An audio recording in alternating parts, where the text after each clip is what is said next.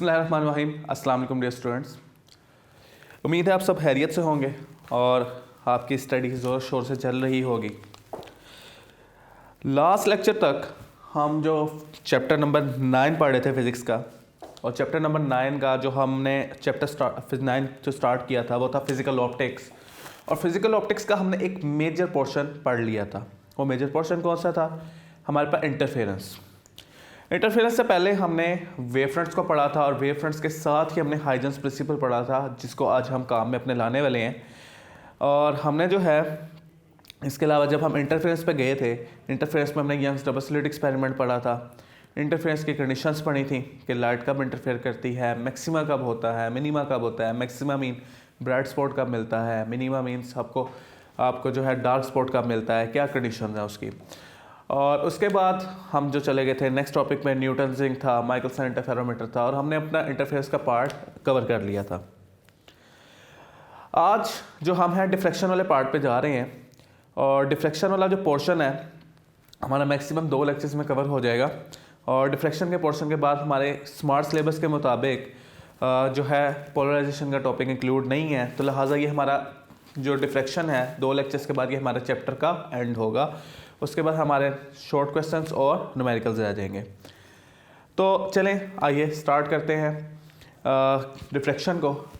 अच्छा, डिफ्रैक्शन को एक बार रिकॉल कर देता हूँ आपके लिए कि आपने इसको पहले पढ़ चुके हैं। कहाँ पे?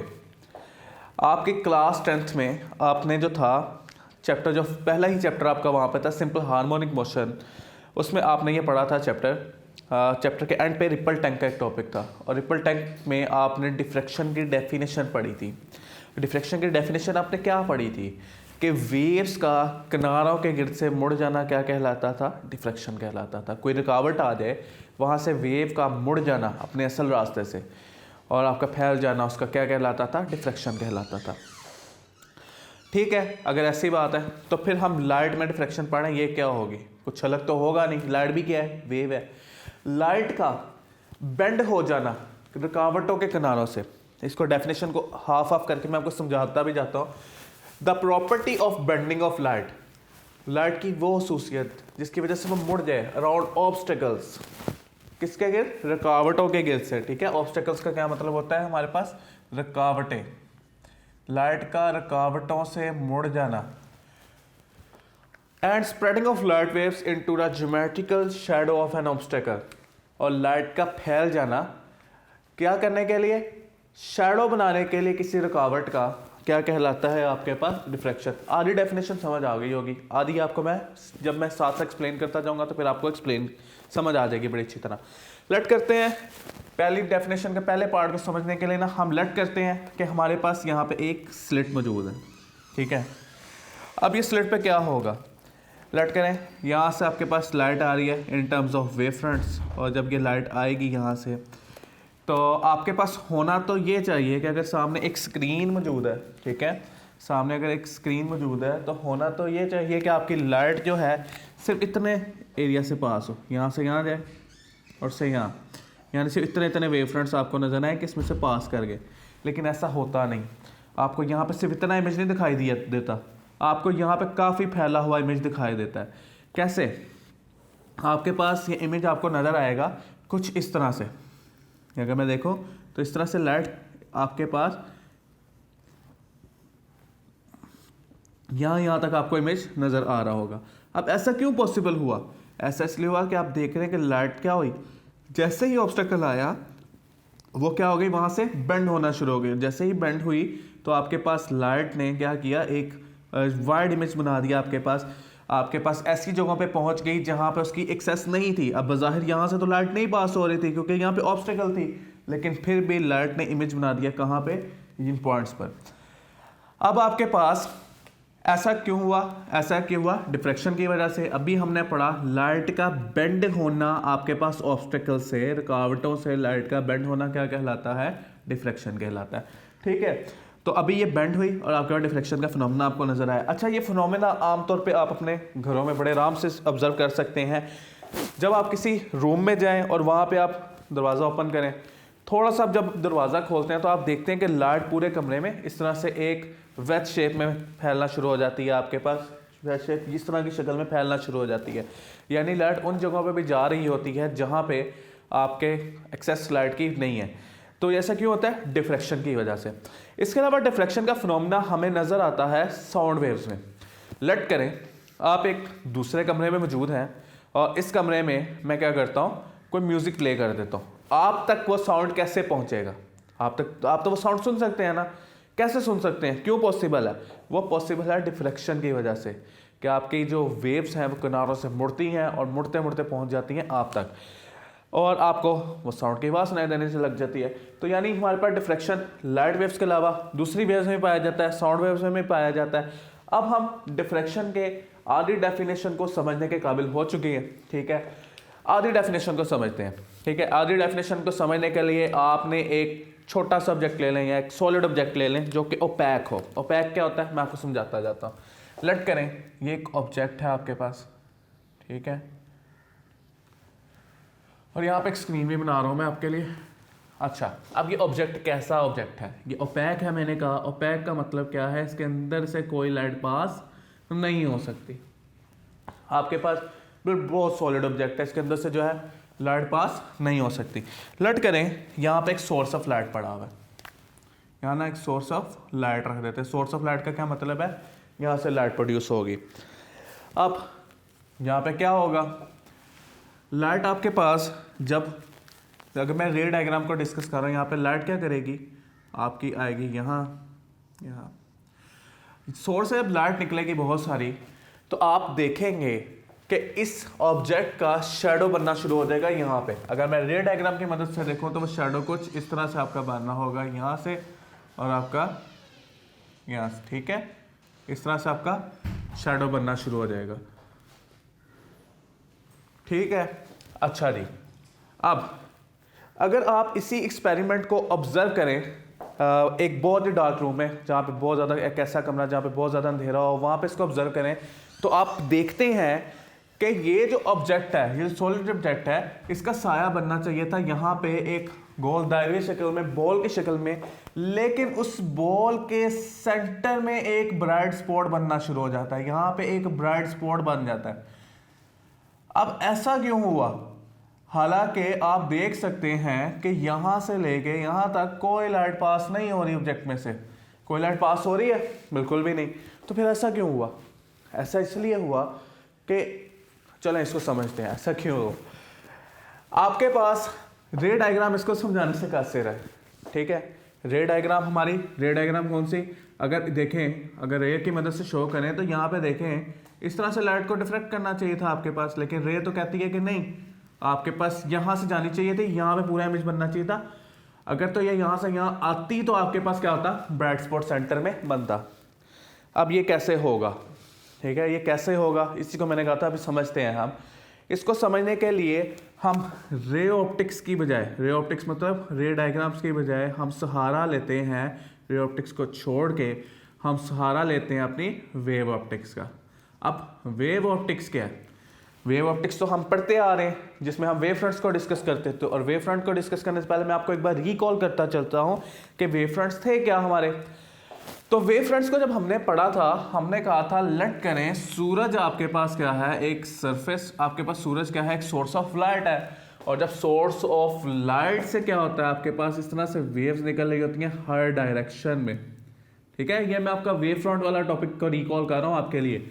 आप चाहे तो पिछला लेक्चर सुन के उसको रिकॉल कर सकते हैं दोबारा से। अगर आपने नहीं पढ़ा तो उससे पढ़ें, यहाँ पे समझना इसको ज़रूरी है। ये देखें, इसी तरह से सूरज हर डायरेक्शन में क्या कर रहा होगा? वेव्स एमिट कर रहा होगा। अब क्या होगा अगर मैं इन वेव्स को कंबाइन कर दूं यहाँ से, तो आप देखेंगे कि यहाँ से अगर मैं इनके क्रस्ट सारे कंबाइन कर दूं और इसी तरह से अगले पार्ट्स कंबाइन कर दूं, अगले क्रस्ट, तो आप देखेंगे यहाँ पे वेव फ्रंट्स बनना शुरू हो जाएंगे जिनका फेस सेम होता है। यहाँ पे वेव फ्रंट्स बनना शुरू हो जाएंगे। अगर इन वेव फ्रंट्स को मैं बनाता जाऊँ तो ये हमारे वेव फ्रंट्स कैसे होंगे? ये आपके प्लेन वेव फ्रंट्स बनना शुरू हो जाएंगे। ऐसा ही है, हमने कहा था अर्थ के करीब आते आते ये वेव फ्रंट क्या हो जाते हैं? प्लेन हो जाते हैं। आप इसका अगर छोटा सा पोर्शन ले तो ये क्या आपको नजर आ रहा है? ये फ्लैट सा जो सरफेस नजर आ रही है, प्लेन वेव फ्रंट है। यहाँ पे जो थे स्फेरिकल वेव फ्रंट थे, यहाँ पे थे प्लेन वेव फ्रंट, और प्लेन वेव फ्रंट्स की और या स्फेरिकल वेव फ्रंट्स की आप डायरेक्शन को शो करने के लिए एक एरो से यूज़ करते थे, उस एरो को बोलते थे रे है। ऐसा ही है, spherical wave front, plane wave front, और आपके पास ये क्या है, हमारे पास रे आपके पास है इसकी, जो डायरेक्शन शो करती है बेसिकली किसकी, आपके पास वेव फ्रंट्स की। और हमने कहा था ये नॉर्मल होती है या परपेंडिकुलर होती है किसके, वेव फ्रंट्स के। अच्छा जी, ये बात भी आपकी याद आ गई, वेव फ्रंट्स को हमने समझ लिया। अब हम वेव ऑप्टिक्स को पढ़ रहे हैं, तो हमने वेव फ्रंट्स को दोबारा से एक बार रिकॉल कर चुके हैं। चले, ये बात समझ आ गई तो आगे चलते हैं। आगे आपने हाइजेंस का पहला प्रिंसिपल याद है आपको? हाइजेंस का पहला प्रिंसिपल क्या था? हाइजेंस का पहला प्रिंसिपल कहता था कि अगर आपके पास एक वेव फ्रंट है तो वेव फ्रंट के तमाम पॉइंट्स, यानी इसमें जितने पॉइंट्स हैं वो एक्ट करते हैं किस तरह से, आपके पास सोर्स ऑफ सेकेंडरी वेवलेट के तौर पे। यानी जब आपके पास एक इसके वेव फ्रंट के जितने भी पॉइंट हैं, इनके गिर्द क्या होगा, अपने गिर्द नए वेव फ्रंट्स बनाना शुरू कर देंगे। ये अपने आप को छोटे छोटे से सूरज कंसीडर करना शुरू कर देंगे, ये नए वेव फ्रंट्स बनाना शुरू कर देंगे। तो आपके पास किसी भी वेव फ्रंट पे तमाम पॉइंट क्या बनाते हैं, सेकेंडरी वेवलेट बनाते हैं। तो ये हमने पढ़ा था पहले भी। तो ये था हाइजेंस का पहला प्रिंसिपल, इसी की हेल्प से हम इस फिनोमेना को समझेंगे। ये देखें, इसी तरह से होगा आपके पास ये सारा। तो यहाँ तक हमें बात समझ आ गई थी। चलें, तो वेव ऑप्टिक्स का सहारा लेते हुए मैंने कहा था इस डायग्राम को हम डिस्कस करते हैं। हम देखते हैं सेंटर पे ब्राइट स्पॉट क्यों बना। अब सेंटर पे ब्राइट स्पॉट बनने की वजह इससे कैसे पता लगेगी, देखते हैं। आपके पास दोबारा से ऑब्स्टेकल बनाते हैं हम, यहाँ पे ऑब्स्टेकल को बिल्कुल वैसा रखने की कोशिश करते हैं। ये देखेंगे ऑब्स्टेकल बन गई, ये हमारी स्क्रीन। अब होगा क्या, जब यहाँ पे एक सोर्स ऑफ लाइट मौजूद है, यहाँ पे क्या है, एक सोर्स ऑफ लाइट मौजूद है, तो यहाँ से लाइट आएगी।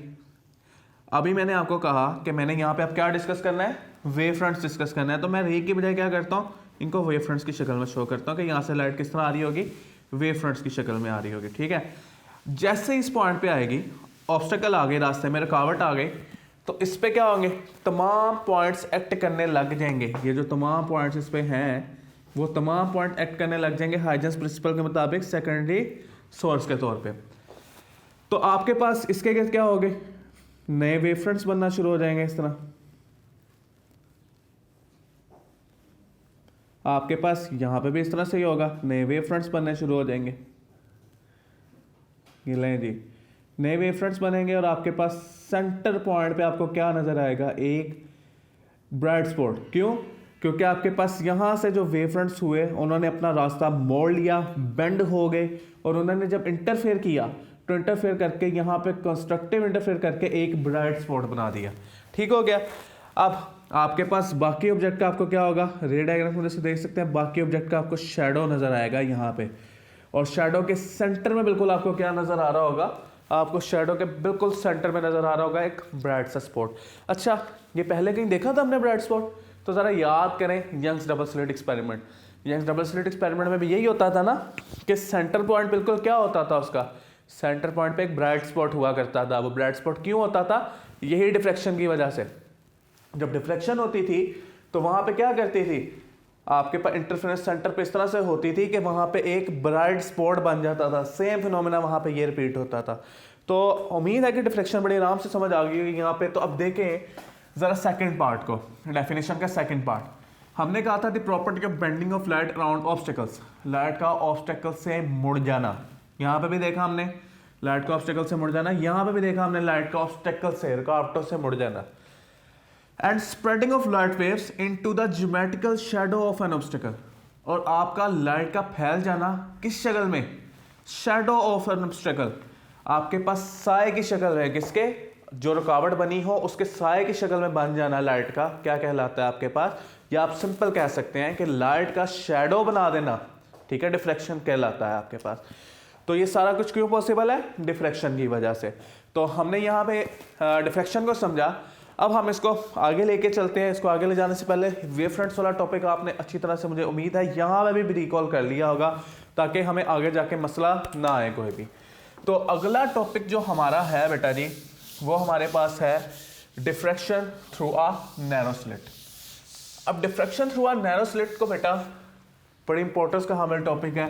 रीजन क्योंकि आपने जो अगला डिफ्रैक्शन ग्रेटिंग का टॉपिक पढ़ना है वो बिल्कुल इसी पर डिपेंड करता है। ठीक है, आपके पास डिफ्रैक्शन ग्रेटिंग, उसके बाद एक्सरे डिफ्रैक्शन जो हमने पढ़ना है वो सारे इन्हीं से एक दूसरे से मिलते जुलते टॉपिक है। डिफ्रैक्शन का पोर्शन इतना मुश्किल नहीं है। चलें डिफ्रैक्शन ग्रेटिंग को हम स्टार्ट करते हैं। आपके पास diffraction through a narrow slit हमने पहले ये पढ़ना चाहिए। तो डिफ्रैक्शन नाम लिख लेते हैं अपने टॉपिक का, through a narrow slit.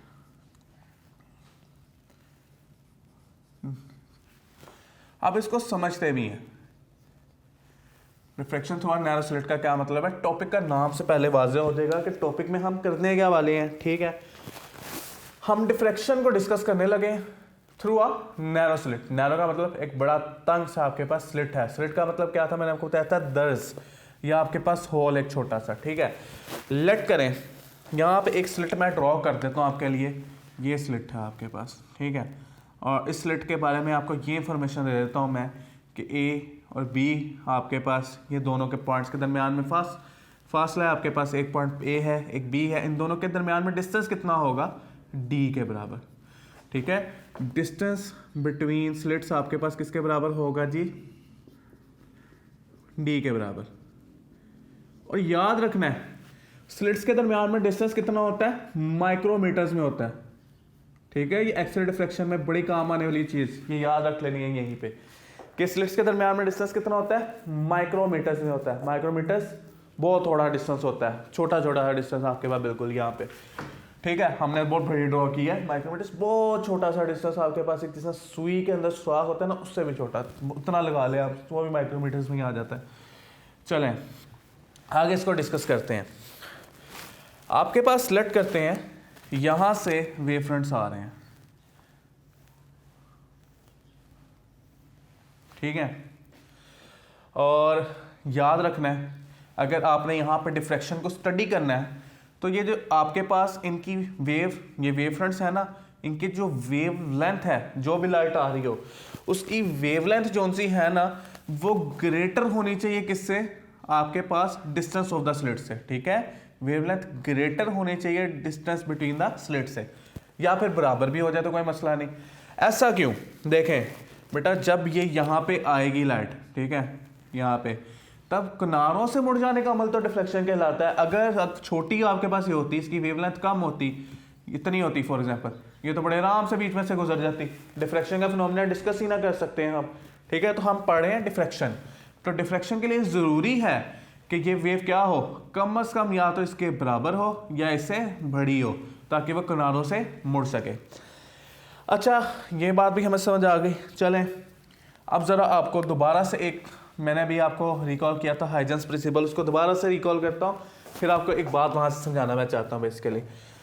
Late करें ये एक वेव फ्रंट है हमारे पास, ठीक है इस तरह से, और इस पे अगर मैं कुछ पॉइंट्स लूँ 1 2 3, चलो 3 पॉइंट्स को डिस्कस कर लेते हैं यहाँ पे लेके।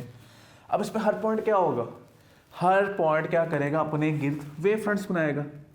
कैसे, ऐसे ऐसे ही ये पॉइंट भी क्या करेगा, अपने गिर्द वेव फ्रंट्स बनाएगा। ये पॉइंट भी क्या करेगा, अपने गिर्द वेव फ्रंट बनाएगा।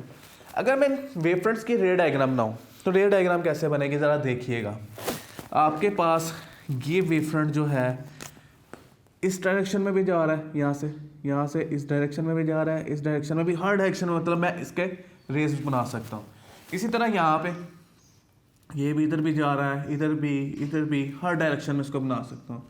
ये भी देख सकते हैं आप, हर डायरेक्शन में मौजूद है।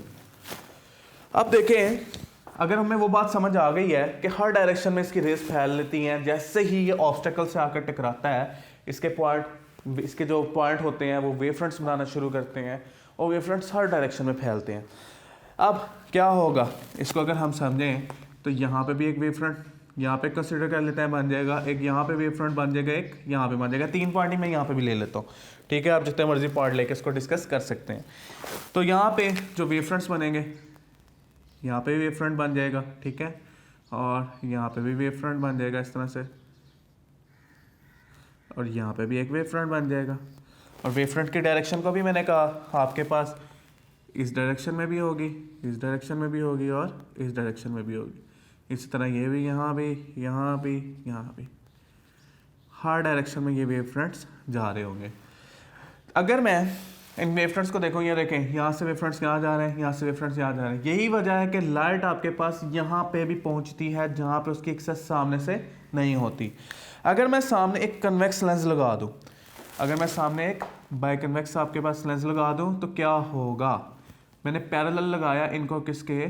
जो लाइट की सीधी वाली रेज है ना, ये वाली जो आ रही हैं, इनके पैरेलल लगाया मैंने, ठीक है।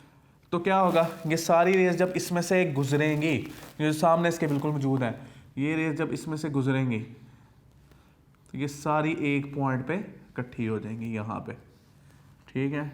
ये सारी एक पॉइंट पे इकट्ठी हो जाएंगी।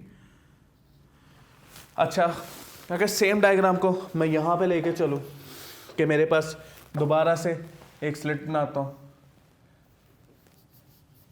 नैरो से स्लिट जिसका डिस्टेंस d है, और आपके पास मैं दोबारा से कहता हूँ कि जी इसके दरमियान में जैसे ही प्लेन में आपके पास वेव फ्रंट्स आया, ये वेव फ्रंट है, इसने क्या किया, अपने गिर्द वेव फ्रंट्स बनाना शुरू कर दिए। जैसे इसके साथ टकराया, ये स्क्रीन है मेरी, तो यहाँ पे एक वेव फ्रंट यहाँ डिस्कस कर लेता हूँ, एक वेव फ्रंट यहाँ, एक वेव फ्रंट यहाँ, तो यहाँ पे वेव फ्रंट बना, इसी तरह यहाँ पे भी वेव फ्रंट बना, इसी तरह यहाँ पे भी एक वेव फ्रंट बन गया। अब वेव फ्रंट की डायरेक्शन किधर थी? हर तरफ। मैंने कहा था यहाँ भी, इस तरफ भी, हर तरफ को ये वेव फ्रंट अपनी डायरेक्शन में फैला होगा आपके पास इस तरह से, ठीक है। अगर मैं एक काम करूं कि मैं लेंस के जो लेंस मैंने पहले पैरेलल रखा था सामने वाली लाइट वेव्स के, अगर मैं इनको इस तरह से रख दूं, यानी मैं अब ये वाली लाइट वेव्स के ना एक पैरेलल लेंस रख रहा हूँ, ठीक है, इस तरह से। अब ये लाइट वेव्स क्या करेंगी, यहाँ से इस तरह आएंगी, यहाँ से ये वाली इस तरह आएंगी, और ये सारी एक पॉइंट पे क्या हो जाएंगी, इकट्ठी हो जाएंगी यहाँ से। ऐसा ही है। ये काम मैं इन वाली लाइट वेव्स के लिए भी कर सकता हूँ। कैसे? मैं इन वाली लाइट वेव्स के लिए कैसे कर सकता हूँ ये काम? ये देखें, अब मैं दोबारा से इनके पैरेलल एक लेंस आपके पास बनाता हूँ, ये इस तरह से। अब क्या होगा, इस लाइट वेव को थोड़ा सीधा भी कर देते हैं कि आपके पास ये इस तरह से, अब ये लाइट वेव जब आएंगी इस तरह इसके पैरेलल पड़े ये, तो ये सारी इकट्ठी हो जाएंगी किस जगह पे, एक पॉइंट पे, और यहाँ पे आपको क्या नज़र आएगा, एक ब्राइट स्पॉट नज़र आएगा। चलें अब अपनी बुक में देखें डायग्राम को। आपकी बुक में इस वाली डायग्राम की वजह से बनी है, ये वाली रेस की वजह से डायग्राम बनी है, नीचे वाली रेस की वजह से।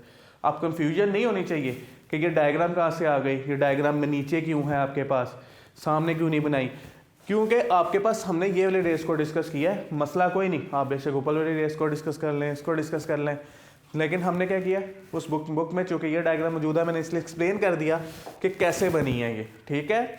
इसमें रेस सारी किधर है, नीचे की वाले रेस को आपने डिस्कस किया है कि यहाँ पे आके रेस मिली। अब मैं बुक वाले डायग्राम को रिपीट करता हूँ आपके लिए, ठीक है। यहीं पर बुक वाली डायग्राम कैसे बनी हुई है आपके पास, वहाँ पे रे डायग्राम को शो किया हुआ, जो रेस बन रही है ना हमारे पास, ये जो लाइंस बनी है सिर्फ इनको शो किया हुआ है। लेट करते हैं, ये स्लिट है आपके पास, और स्लिट में क्या है, 9 रेस पास हो रही हैं आपकी, जो बुक में बनी है सेम उसी तरह से चल रहा हूँ। 1, चलिए ना थोड़ा सा ज़्यादा बेंड करवा देते हैं कि डिफ्रेक्ट हुई यहाँ से, और बेंडिंग आपकी ये वाली देख लेते हैं। 1 2 3 4 5 6 7 8 एंड 9, ठीक है। अब आपके पास ये 9 आ गई। अब यहाँ पे मैं क्या करता हूँ, एक जिस तरह मैंने लेंस लगाया था ना पीछे, वैसे कि यहाँ पे लेंस भी लगा देते हैं। क्या होगा उससे, जब मैं यहाँ पे एक इनके पैरेलल एक लेंस लगा दूंगा और यहाँ पे एक स्क्रीन भी लगा दूंगा इस तरह से, तो क्या होगा मेरे पास जब ये लाइट वेव्स आके टकराएंगी यहाँ पे सारी, जब ये यहाँ आके टकराएंगी तो ये एक पॉइंट पे क्या हो जाएंगी, फोकस हो जाएंगी। चलो इनको फोकस करते हैं एक पॉइंट पे, ये सारी एक पॉइंट पे मिल जाएंगी, और वहाँ पे क्या बनेगा, एक ब्राइट स्पॉट बन जाएगा। इस तरह से, ठीक है। मैं तमाम लाइट वेव्स को नहीं बना रहा, उनकी कुछ 3 लेके मैंने बना दी आपके सामने। अच्छा, अब इनको ना कम क्या करते हैं, नाम भी दे देते हैं कि ये 1 है, ये 2 है, ये 3 4 5 6 7 8 एंड 9। अच्छा, अब आपने को पता था, मैंने कहा था एक स्लिट ए है और दूसरी बी है और इन दोनों के दरमियान में डिस्टेंस कितना है, डी के बराबर। स्लिट्स के दरमियान में डिस्टेंस कितना था, डी के बराबर। और आपके पास मैं लेट कर लेता हूँ कि ये डिस्टेंस आपके पास वेवलेंथ जो यहाँ पे थी आपके पास इस तरह से थी, ये वेव इस तरह से थी आपके पास, और इसकी वेवलेंथ कितनी थी, पूरी एक वेवलेंथ के बराबर, यानी 1 से 9 के दरमियान में एक पूरी वेवलेंथ बन रही थी हमारे पास। ठीक हो गया। इसको ज़्यादा ज़रा मैं प्रोमिनेंट भी कर देता हूँ ताकि आपको पता लग जाए कि ये देखें, यहाँ तक एक पूरी वेव है और ये आपके पास एक पूरी वेवलेंथ बनेगी। तो यहाँ से 1 और 9 के दरमियान में जो पावर डिफरेंस होगा वो किसके बराबर होगा, लैम्डा के बराबर। ठीक है, पूरी एक वेवलेंथ है। अगर मैं 1 से 5 के दरमियान में देखूँ तो ऑटोमेटिकली आपके पास जो है पावर डिफरेंस कितना हो जाएगा, λ/2। अभी यहाँ पे भी आप देख सकते हैं कि ये जो ऊपर वाली वेव्स हैं इन्होंने ज़्यादा फासला ट्रेवल किया है बनिस्बत नीचे वाली वेव्स के। नीचे वाली वेव्स ने कम फासला तय किया है। अगर मैं इसको यहाँ से सामने से सारी लाइन्स को इस साथ बनाना चाहता हूँ कि इनका बराबर फासला रखना चाहता हूँ, तो मुझे यहाँ पे एक लाइन ड्रॉ करनी पड़ेगी, इनका फासला हो जाएगा बराबर। आपके पास मैं 1 और 5 को डिस्कस करता हूँ। याद रखें 1 से 5 के दरमियान में आपके पास पावर डिफरेंस कितना है, λ/2 के बराबर। पावर डिफरेंस कितना है, λ/2 के बराबर। और डिस्टेंस कितना हो जाएगा, d/2 के बराबर। हमने पढ़ा था जब λ/2 होता है तो आपके पास इंटरफेरेंस कौन सी होती है, डिस्ट्रक्टिव होती है, ऐसा ही है ना। तो इस तरह 1 और 5 के दरमियान में डिस्ट्रक्टिव इंटरफेरेंस हो रही होगी, 2 और 6 के दरमियान में डिस्ट्रक्टिव इंटरफेरेंस हो रही होगी, 3 और 7 के दरमियान, 4 8 के दरमियान, 5 और 9 के दरमियान। तो ये दो आपने पॉइंट्स याद रख लिए होंगे अच्छी तरह से कि ये जो है ये वाला पाथ ये λ/2 है, ठीक है, और ये हमारे पास क्या है, d/2। एंगल यहाँ पे बन रहा है थीटा। अगर हम देखें ये बेस हो आपकी, तो ये चीज़ आपकी परपेंडिकुलर है और ये चीज़ हमारी क्या बन रही है, हाइपोटेन्यूज बन रही है। ठीक है, तो आपके पास अगर मैं इसका पार्ट डिफरेंस कैलकुलेट करना चाहता हूँ कि डिस्ट्रक्टिव इंटरफेरेंस के लिए पार्ट आपके पास इंटरफेरेंस के पार्ट डिफरेंस कितना है, तो आपके पास साइन थीटा यूज़ कर लेता हूँ। साइन थीटा किसके बराबर था, परपेंडिकुलर ओवर हाइपोटेन्यूज के। अब परपेंडिकुलर किसके बराबर है, यहाँ पे परपेंडिकुलर आप देख सकते हैं ये λ/2 है और हाइपोटेन्यूज किसके बराबर है, डिवाइडेड बाय d/2 के। ठीक है, 1 से 5 के दरमियान हमने डिस्कस किया। सिर्फ डिस्ट्रक्टिव इंटरफेरेंस को देखने के लिए वो आपको पता लग जाएगा क्यों। d/2 मल्टीप्लाई हो रहा है, इधर जाके डिवाइड होगा तो d साइन थीटा किसके बराबर, d/2 साइन थीटा किसके बराबर आ जाएगा, λ/2। 2 से कैंसिल हो गया बोथ साइड पे, तो आपके पास d साइन थीटा किसके बराबर बचा, d साइन थीटा आपके पास बच गया d sine theta is equal to lambda. ठीक है, आपके पास m ऑर्डर के लिए क्या होगा, आपके पास m के लिए ये हो जाएगा d sine theta is equal to, अगर आपके पास एक से ज़्यादा स्पॉट्स आपके पास मिल रहे हो, m लैम्डा, जबकि m किसके बराबर है, 0 1 2 3 सो ऑन। तो ये थी आपके पास इसकी कंडीशन आ गई इंटरफेरेंस की। अच्छा जी, अब ज़रा ना इस बात को समझते हैं और ज़्यादा गहराई से। ये वाली बात जो लास्ट वाली बात है, एक बात याद रखनी है, आपकी बुक में ये डायग्राम भी बनी है, ये लास्ट बात है हमारी। ठीक है, 2-3 मिनट मैक्सिमम इस पर लगेंगे, उसके बाद ये हमारा टॉपिक ख़त्म हो जाएगा। अच्छा जी, ये देखें, जब आपके पास डिफ्लेक्शन होगी एक स्लिट से यहाँ पे, ठीक, यहाँ पे डिफ्लेक्शन होगी, यहाँ पे एक पैटर्न बनेगा। यहाँ पे पैटर्न कैसा बनेगा, आपके पास bright fringe, dark fringe, bright fringe, dark fringe. ठीक है, आपके पास इस तरह से, ठीक, आपके पास यानी ये वाली जगह डार्क रहेंगी और जो रेड वाली जगह है ना वो ब्राइट रहेंगी।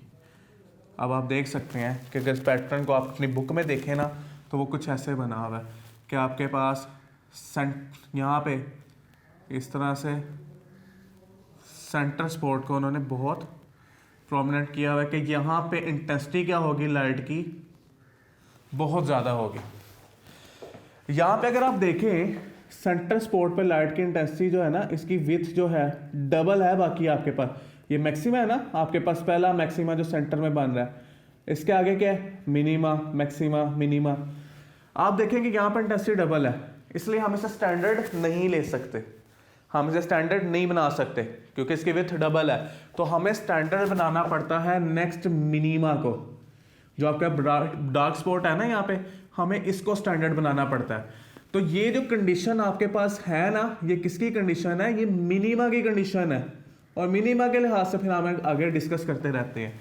तो ये बात याद रखनी है कि जो इसकी इंटेंसिटी डायग्राम है आपके पास डिफ्रैक्शन थ्रू नैरो स्लिट की, आपके पास कैसे बनेगी, सेंटर में बड़ा ब्राइट सा स्पॉट बनेगा, बहुत ज़्यादा इंटेंसिटी होगी, विथ उसकी डबल होगी बाकियों के आपके पास। और बाकी क्या होंगे, बाकी आपके पास सिंपल अपने जो सिंपल आपके पास ब्राइट डार्क फ्रिंजेस बन रहे होंगे और वो नॉर्मल साइज के होंगे।